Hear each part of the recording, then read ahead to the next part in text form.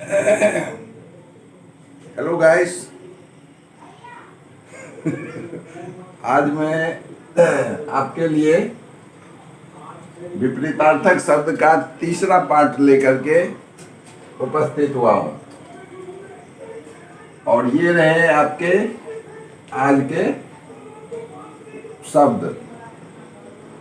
आगे, हार, लाभ, न्यूनकोण, आलसी, हंसना, माया, जन्म, हल्का, सुंदर, आकर्षक, सजीव, आगमन, आशीर्वाद, उथला, सूखा, दूर, सम, अनिवार्य, कठिन, सस्ता और गुण। ये 22 वर्ड्स हैं टोटल। अब मैं 22 वर्ड्स का विलोम शब्द और उसका इंग्लिश बारी बारी से सबके सामने लिखूंगा। आप उसे वॉच कीजिएगा और जिसका मीनिंग आप कंफ्यूज होंगे उनको कॉपी में नोट करके याद कर लेना है। बस यही सीखने का तरीका है। और किसी भी भाषा का बैकबोन होता है वर्ड मीनिंग, इसीलिए मैं वर्ड मीनिंग पर विशेष ध्यान देता हूँ। जैसे सपोज दैट यहाँ पर है आगे। आगे का वर्ड मीनिंग होता है अहेड। जैसे हमें ट्रांसलेशन बनाने आएगा, आगे देखो, तो आगे का हमें पता ही नहीं रहेगा तो हम इससे बनेगा ही नहीं।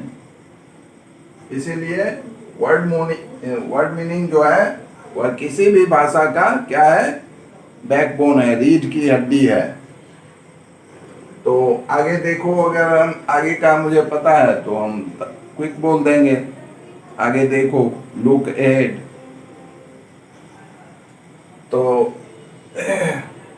आगे का ऑपोजिट वर्ड होगा, यानी उल्टा शब्द होगा पीछे। आगे का उल्टा शब्द पीछे।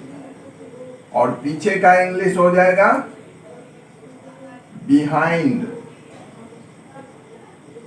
BEHIND, behind. बिहाइंड मीन्स पीछे। हार। हार का उल्टा होगा जीत। और जीत का इंग्लिश होता है विन। WIN, विन या विक्ट्री। VICTORY, victory. तीसरा शब्द है लाभ। लाभ का उल्टा होता है हानि, यानी घाटा। और लाभ का इंग्लिश हुआ प्रॉफिट, हानि का इंग्लिश हो गया लॉस। LOSS, loss. न्यूनकोण। न्यूनकोण का इंग्लिश होता है एक्यूट एंगल। और न्यूनकोण का उल्टा हुआ अधिक कोण। अधिक कोण। अधिक कोण का इंग्लिश हो गया ऑब्टूस एंगल। OBTUSE, ऑब्टूस ANGLE, angle.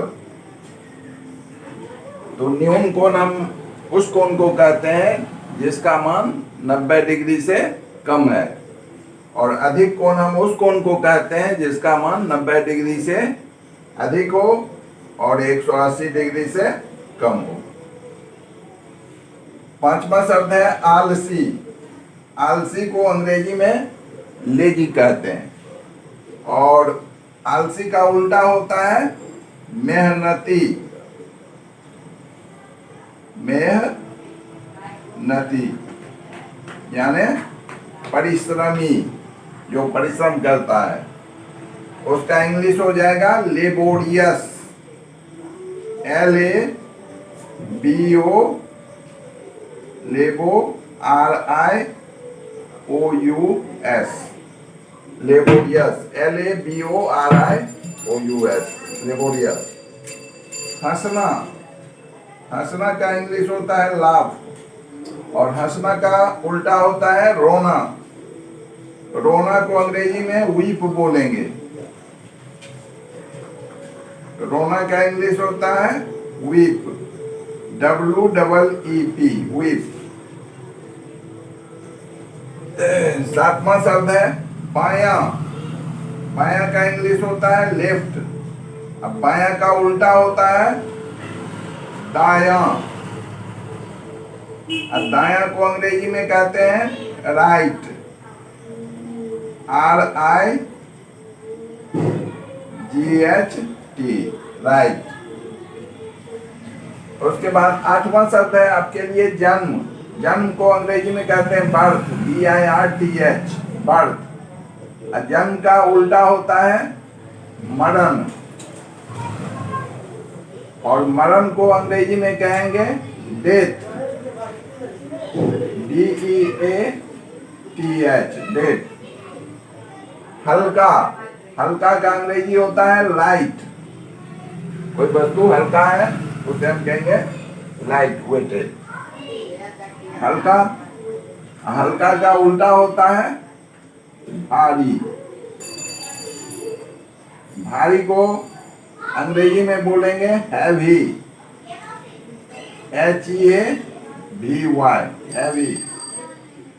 सुंदर, सुंदर को अंग्रेजी में कहते हैं प्रेटी, PRETTY, प्रेटी। सुंदर का उल्टा हो जाएगा कुरूप, जिसका रूप अच्छा नहीं है, देखने में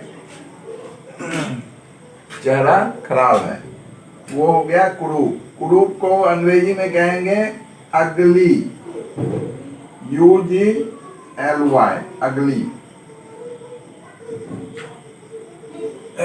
11वां शब्द है आकर्षक। आकर्षक को अंग्रेजी में कहते हैं अट्रैक्टिव, ATTRACTIVE, अट्रैक्टिव। इसका उल्टा हो जाएगा बदसूरत। आकर्षक का उल्टा हो गया बदसूरत, और बदसूरत को इंग्लिश में बोलेंगे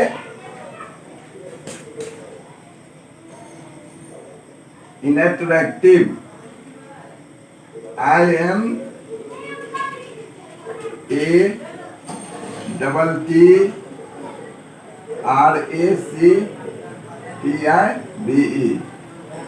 INATTRACTIVE, इनअट्रैक्टिव।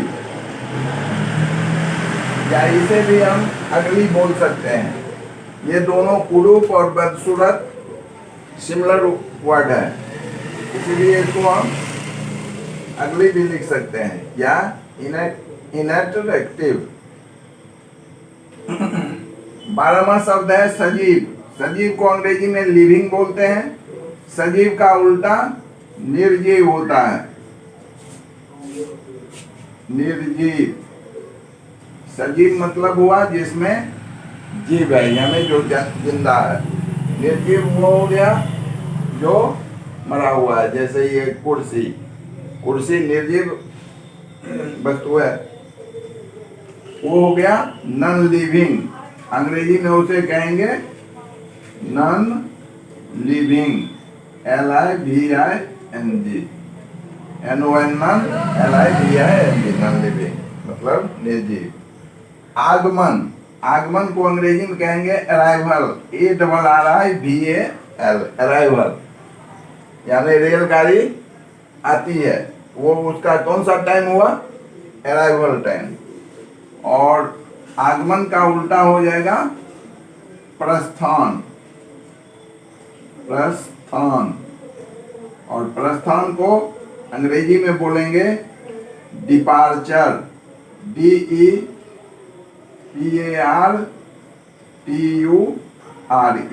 डिपार्चर। डिपार्चर में प्रस्थान। आशीर्वाद, आशीर्वाद को अंग्रेजी में बोलेंगे ब्लेस या बून। बून मीन्स वरदान। आशीर्वाद वरदान दोनों सिमिलर वर्ड है। उसका उल्टा हो जाएगा साप। आशीर्वाद का उल्टा साप। सांप को अंग्रेजी में कर्स बोलते हैं, CURSE, कर्स।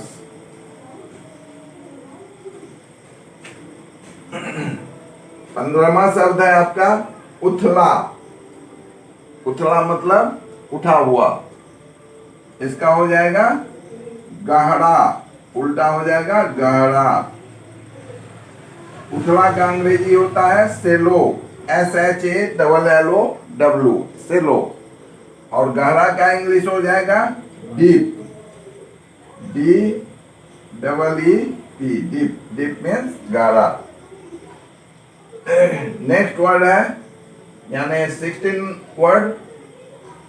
16वां वर्ड है सूखा। सूखा का इंग्लिश होता है ड्राई। सूखा का उल्टा होगा भींगा, भींगा। और भींगा को अंग्रेजी में कहेंगे वेट, WET, वेट। दूर, दूर का अंग्रेजी होता है फार, FAR, फार। दूर का उल्टा शब्द होगा निकट, यानी नजदीक। उसको अंग्रेजी में कहेंगे नियर, NEAR। उसके बाद है सम। सम को अंग्रेजी में कहते हैं even, EVEN, even. Even means सम। सम का उल्टा होता है विषम, और विषम को अंग्रेजी में बोलेंगे ऑड, ODD, ऑड। आप लोग मैथ में पढ़े होंगे सम विषम। सम वह संख्या है जो संख्या 2 से डिविजिबल है, विषम वह संख्या है जो 2 से डिविजिबल नहीं है, रिमाइंडर 1 बचता है। अनिवार्य, अनिवार्य का अंग्रेजी होता है कंपल्सरी, COMPULSORY, कंपल्सरी। अनिवार्य का उल्टा हो जाएगा ऐच्छिक। ऐच्छिक का मतलब हुआ जो आपके इच्छा पर निर्भर करता है। और ऐच्छिक का इंग्लिश हो जाएगा ऑप्शनल, OPTIONAL,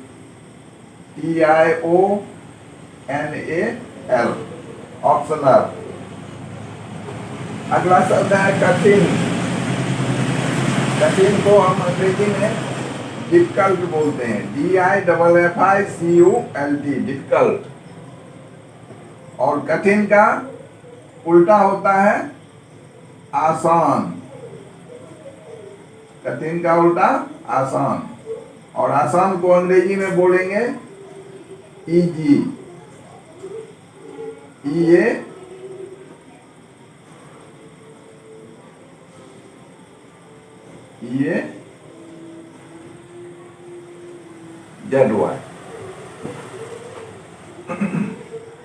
अगला शब्द है सस्ता। सस्ता को अंग्रेजी में बोलते हैं चीप। सस्ता का उल्टा हो जाएगा महंगा। जी में एस होगा जेड के जगह पर।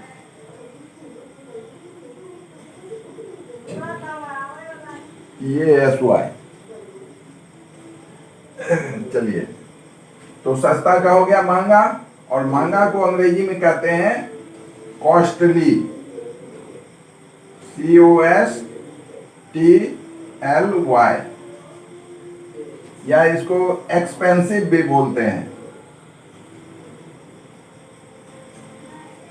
EXPENSIVE,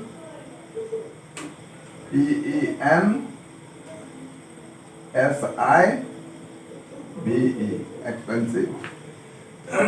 और आज के वीडियो का लास्ट वर्ड है गुण। गुण को हम लोग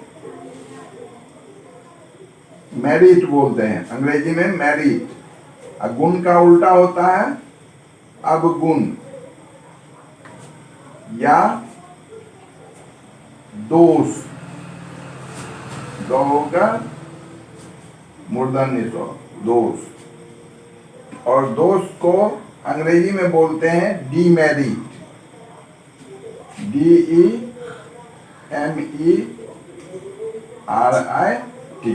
डिमेरिट। तो ये रहे आज के आपके 22 वर्ड्स और उनके अपोजिट वर्ड्स, और सारे अपोजिट वर्ड के इंग्लिश मीनिंग भी आपको दिए हुए हैं। और दोनों भाषा का हमें समुचित ज्ञान होना चाहिए, तब हम दोनों भाषा को पढ़ के समझ सकते हैं। क्योंकि मैंने अनुभव किया है, बच्चे को देखते हैं, अगर लिखा हुआ रहता है फाइंड द प्रोडक्ट यानी गुणनफल ज्ञात करो, उससे वही क्वेश्चन नहीं बनता है। जब उसे हम समझा देते हैं, जो प्रोडक्ट मतलब गुणनफल हुआ, इसको गुना करना है, तुरंत वो बन जाता है। तो इसका मतलब है वर्ड मीनिंग जो है बहुत काम की चीज़ है, मायने रखता है। इसीलिए इसको इग्नोर नहीं करना है। और आपने संजय ज्ञान कुंज को अगर सब्सक्राइब कर लिया है तो कृपया इसको एक नज़र देखा भी कीजिए। केवल सब्सक्राइब से कुछ नहीं होगा, कर्म ही पूजा है। जब तक कर्म में नहीं आइएगा, वर्क में नहीं आइएगा, प्रैक्टिकल में नहीं आइएगा, थ्योरी से कुछ भी होने को नहीं है। इसीलिए मेरा रिक्वेस्ट है, आपसे प्रार्थना है करबद्ध, जो आप इसको वाच कीजिए, सीखिए, तभी मेरा ये प्रयास सफल होगा। धन्यवाद। आपका दिन शुभ हो।